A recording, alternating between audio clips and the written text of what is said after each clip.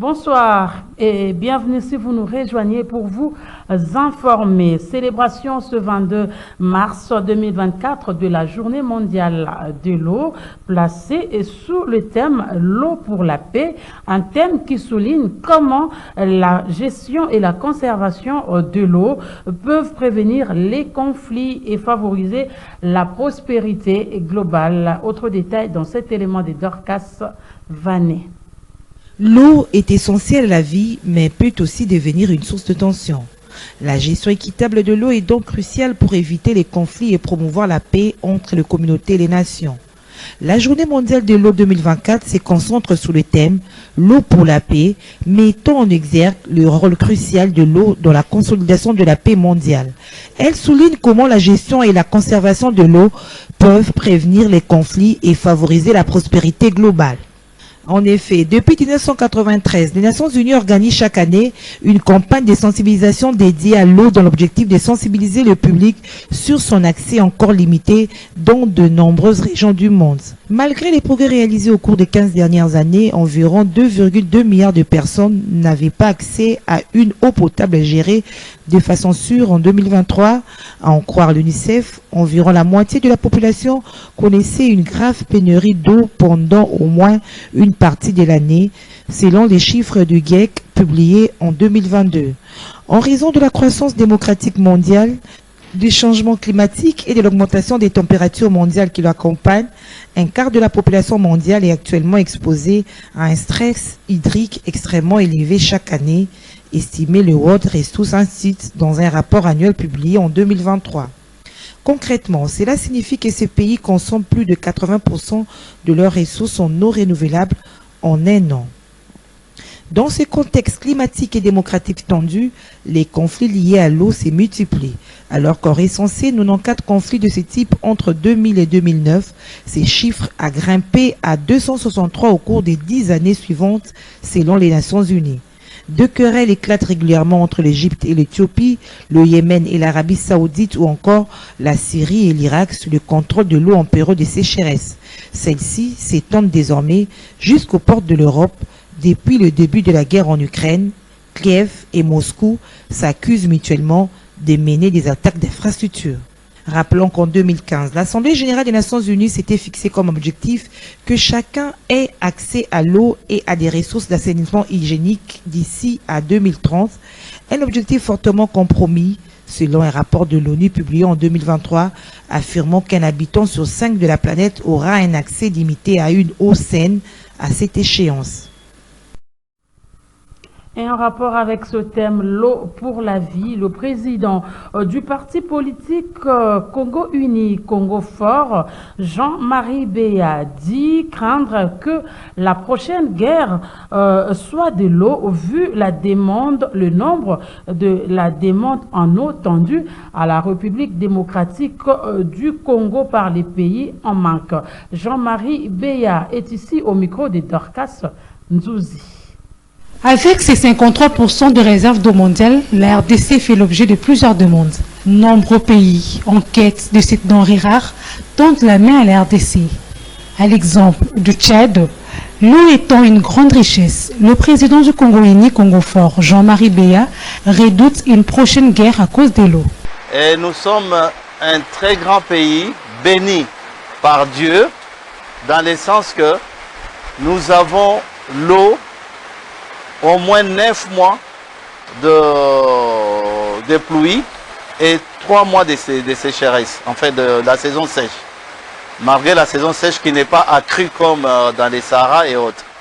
Donc ça sous-entend vraiment une très grande richesse. Et vous devez savoir que la République démocratique du Congo regorge 53% des réserves d'eau mondiales.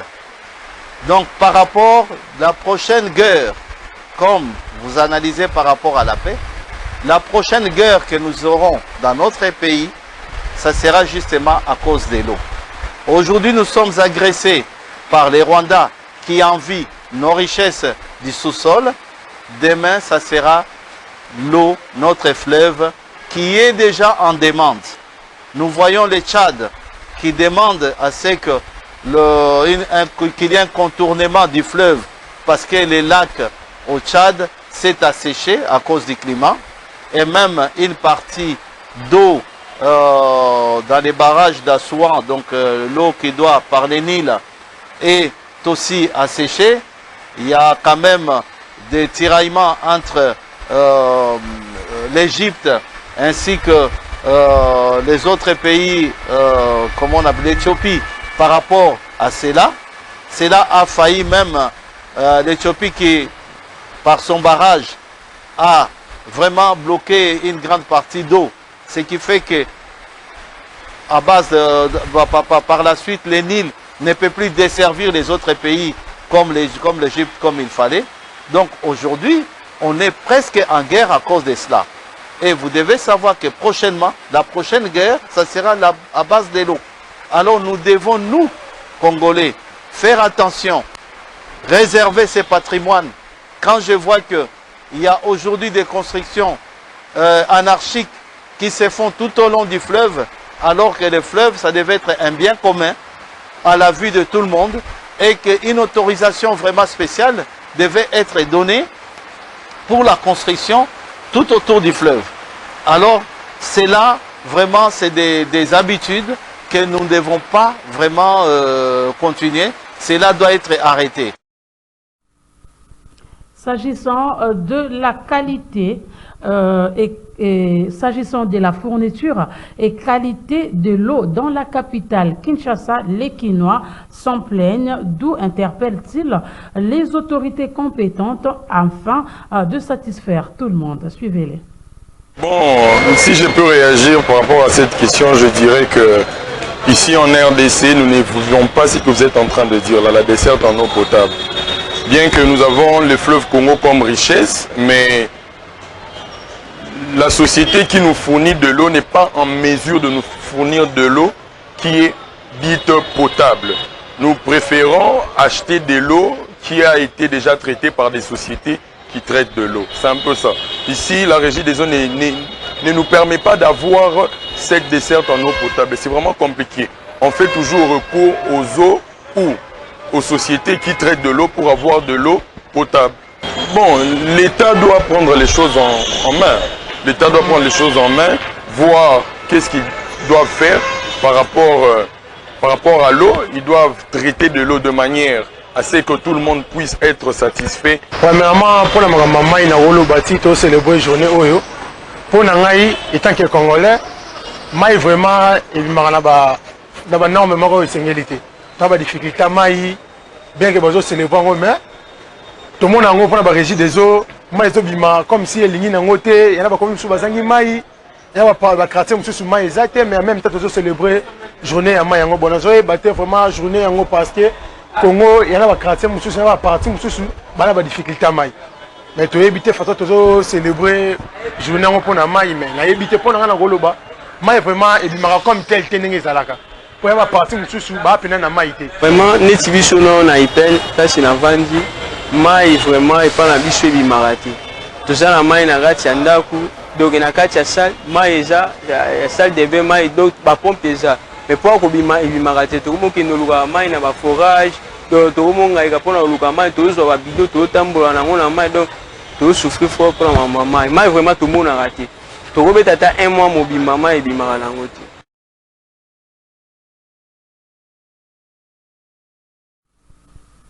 Affaire Modero Timba, le réquisitoire du ministère public et les plaidoiries de la défense prévues pour ce vendredi 22 mars 2024 ont été recalées et renvoyées au mercredi 27 mars 2024. Telle est la conséquence du remplacement de 2 juges récusés par la défense. Rappelons que le parquet près la Cour de cassation poursuit cet ancien ministre du Tourisme pour propagation de faux bruits et imputation dommageable suite à un audio controversé lui attribué concernant des discussions sur la mort de Chérubin au Kende. Et puis les archevêques et évêques membres de la conférence épiscopale nationale du Congo se disent consternés par la décision du gouvernement de lever des moratoires sur l'exécution de la peine de mort. À en croire Monseigneur Donatien Cholet, la volonté de débarrasser l'armée des traîtres et d'endiguer la recrudescence d'actes de terrorisme et de banditisme urbain ne peut en aucun cas justifier le recours à la peine de mort qui banalise la vie humaine. Suivez. Nous, archevêques et évêques, membres de la conférence épiscopale nationale du Congo SENCO, sommes consternés par la décision du gouvernement congolais de lever le moratoire sur l'exécution de la peine de mort, lequel moratoire courait depuis 20 ans dans notre pays, avec beaucoup d'espoir qu'il aboutisse à l'abolition totale de cette peine capitale. En vertu de notre mission prophétique, considérant l'inquiétude suscitée par cette question, nous réaffirmons par le présent appel notre engagement inconditionnel en vue de la défense de la vie et de l'abolition de la peine de mort dans notre pays, la République démocratique du Congo, RDC. Constat. Avec la note circulaire du mercredi 13 mars 2024 relative à la levée du moratoire sur l'exécution de la peine de mort du ministère de la Justice, nous assistons à la restauration de la peine de mort dans les faits en RDC. Certes, nous sommes conscients que les actes de traîtrise ou d'espionnage ont fait payer un lourd tribut tant à la population qu'à la République au regard de l'immensité des préjudices subis et que la guerre imposée à notre pays nous oblige à chercher des voies et moyens pour ramener la paix et garantir l'intégrité du territoire national. De ce fait, nous saluons les efforts que le gouvernement congolais ne cesse de déployer pour ramener la paix et la sécurité dans les zones sinistrées par le fait des groupes armés étrangers et locaux. Nos prières accompagnent les forces armées congolaises et la police nationale congolaise engagées avec le concours des partenaires de la communauté internationale dans la lutte pour la protection de la population, la garantie de l'intégrité territoriale et la souveraineté de notre pays. Néanmoins, la volonté de débarrasser l'armée de notre pays des traîtres et d'endiguer la recrudescence d'actes de terrorisme et de banditisme urbain ne peut en aucun cas justifier le recours à la peine de la mort. Et dans le reste de l'actualité, notez qu'un sommet extraordinaire de la communauté pour le développement de l'Afrique australe SADC est annoncé pour ce samedi 23 mars 2024. La situation sécuritaire en République démocratique du Congo serait au centre des discussions. Ce sommet se tiendra à Lusaka en Zambie sous la conduite de Al-Kaïndé et Chilema. Le point avec Gisèle Etoko et Kouchou. Ce sommet extraordinaire de la Troïka de la communauté pour le développement de l'Afrique australe SADC sur la situation sécuritaire en RDC, qui se tiendra ce samedi 23 mars 2024 à Lusaka, en Zambie, sera sous la conduite de Aikinde Hichilema en sa qualité de président de l'organe de la SADC sur la coopération en matière de politique de défense et de sécurité. Le sommet va recevoir la mise à jour sur les progrès de mission de la SADC en RDC, cette force régionale déployée en décembre 2023 pour appuyer les FARDC à rétablir la paix dans sa partie orientale. En effet, ce sommet extraordinaire de la SADC sera précédé d'une réunion extraordinaire du comité ministériel de l'organe et une réunion de hauts fonctionnaires du comité ministériel de l'organe, et le 21 mars 2024, une réunion extraordinaire du sous-comité interétatique de défense et de sécurité. Rappelons que le 1er mars, les chefs d'armée de pays contributeurs de la SADC, à savoir le Malawi, l'Afrique du Sud et la République unie des Tanzanie, étaient en réunion à Mugunga, à Goma, à l'est de la RDC. Cette rencontre élargie au Burundi n'avait pas été sanctionnée par un quelconque communiqué final. Et en réaction à ces sommets extraordinaires de la SADC, Maître Jacob Mbangui, secrétaire général du parti politique écolo et président de l'ASBEL Congo Bomoko, reste lui optimiste car, dit-il, les résolutions qui seront assorties de ces assises iront dans le sens à restaurer la paix dans l'est de la République démocratique du Congo. Maître Jacob Mbangui est ici interrogé par Maxime Macab. Maître Jacob Mbangui, secrétaire général du parti politique écolo et président de l'ASBEL Congo Bomoko, se félicite de la tenue du sommet extraordinaire de la SADC à Lusaka en Zambie. Ainsi pense-t-il que les résolutions qui seront assorties de ces assises iront dans le sens de trouver solution aux problèmes sécuritaires à l'est du pays. Ce que nous devons comprendre, c'est qu'au jour d'aujourd'hui, les pays sont obligés de vivre en harmonie. Voilà pourquoi nous appelons les concerts des États. Et le sommet, n'est-ce pas, de la SADC, c'est un exemple, n'est-ce pas, pour permettre de concrétiser ces principes-là. Nous, au sein du parti écolo, nous estimons que le sommet ira dans le sens, n'est-ce pas, de résoudre effectivement la question qui se vit à l'est de notre pays. Parce que, comme vous le savez, la guerre, n'est-ce pas, que le Rwanda a complicité avec la communauté internationale qui nous impose cette guerre, il y a question, n'est-ce pas, d'éradiquer la guerre.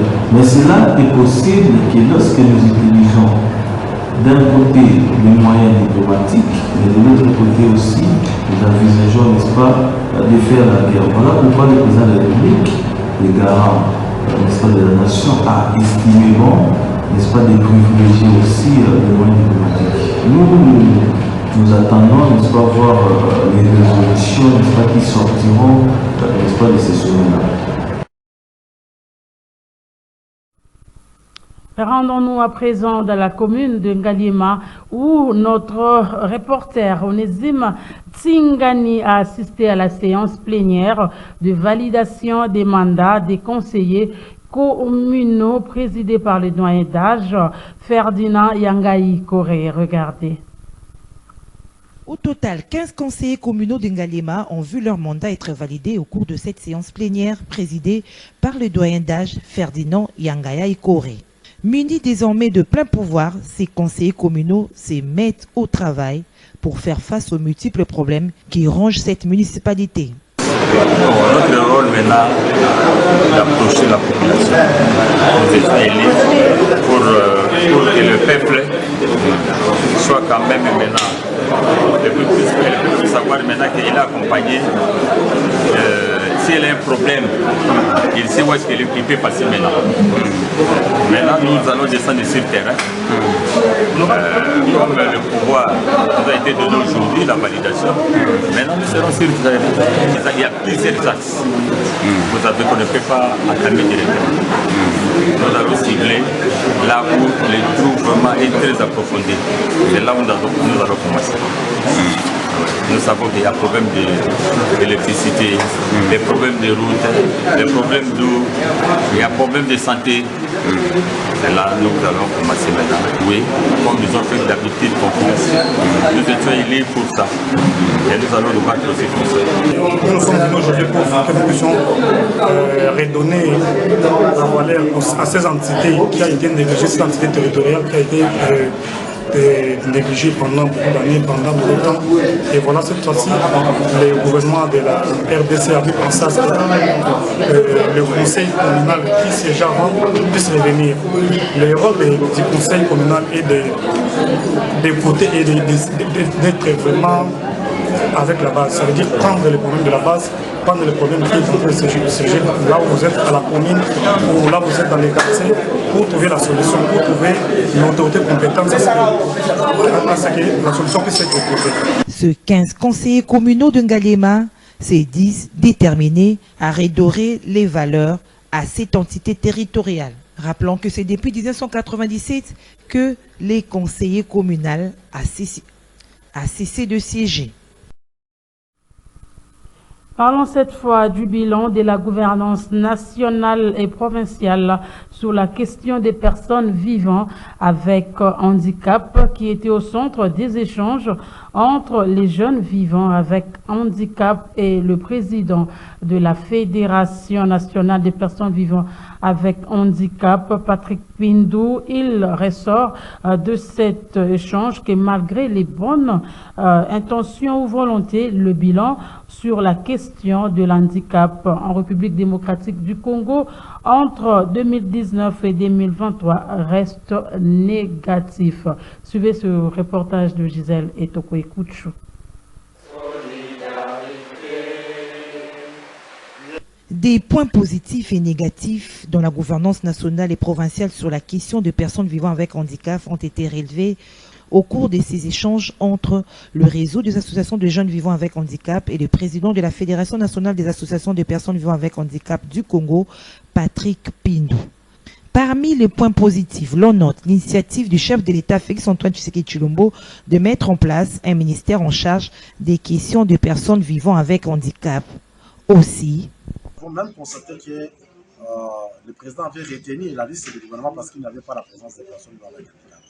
Et le président de la République, dans tous ses discours, a toujours dit que les personnes vivant avec handicap ne peuvent pas être mises de côté dans la gouvernance de la République démocratique du Congo.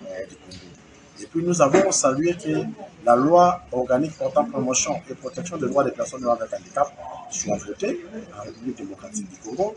Nous avons encore félicité parce qu'il y a eu la mise en place du secrétariat général de l'administration des personnes vivant avec handicap. Malgré les bonnes volontés relevées au cours de cet échange, il en ressort que les bilans sur la question de l'handicap en RDC entre 2019 et 2023 restent négatifs. Constater que non, au niveau du gouvernement national, il n'y a pas eu de programme ou de politique pour l'amélioration des conditions de vie des personnes vivant avec handicap.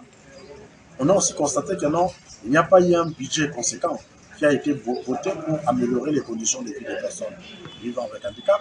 Nous avons constaté aussi que dans les programmes 100 jours, que ce soit dans les programmes du développement local des territoires, les PDL, les personnes vivant avec handicap n'avaient pas leur place.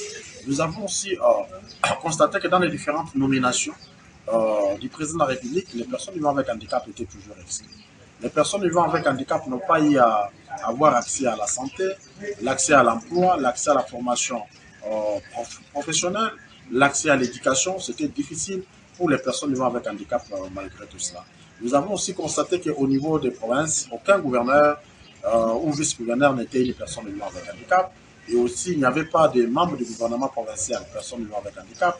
Il n'y a pas eu des édits provinciaux ou les lois provinciales qui ont été votées pour les personnes vivant avec handicap.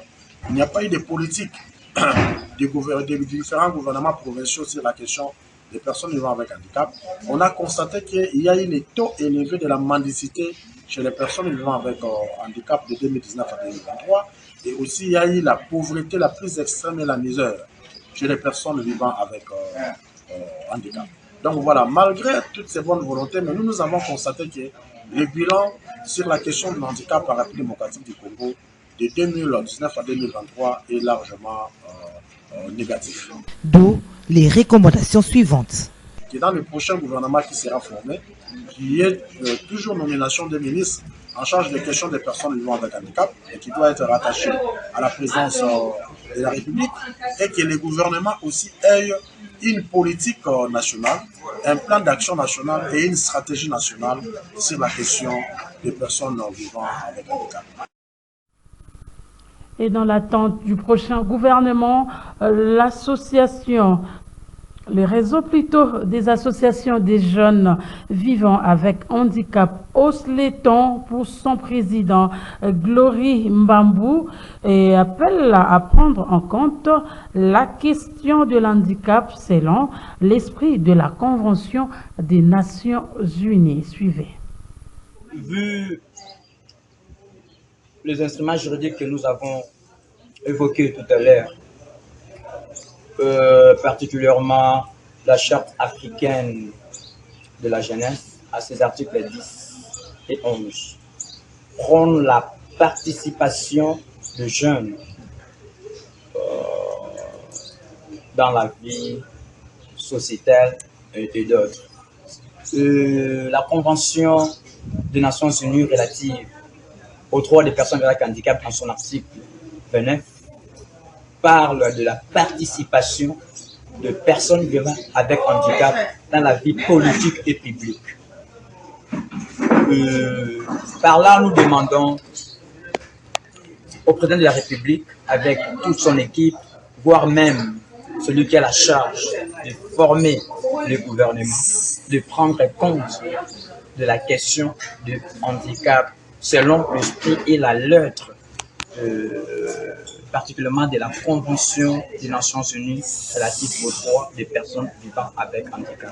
Dans toutes les activités qui a eu lieu, organisées par le gouvernement sortant touchant à la jeunesse, nous avons constaté l'absence prolongée et bruyante de jeunes vivant avec handicap. Or, le fait pour eux d'avoir l'handicap ne leur soustrait en rien la qualité de jeunes. Ils sont détenteurs de tous les droits que juste le jeune valide.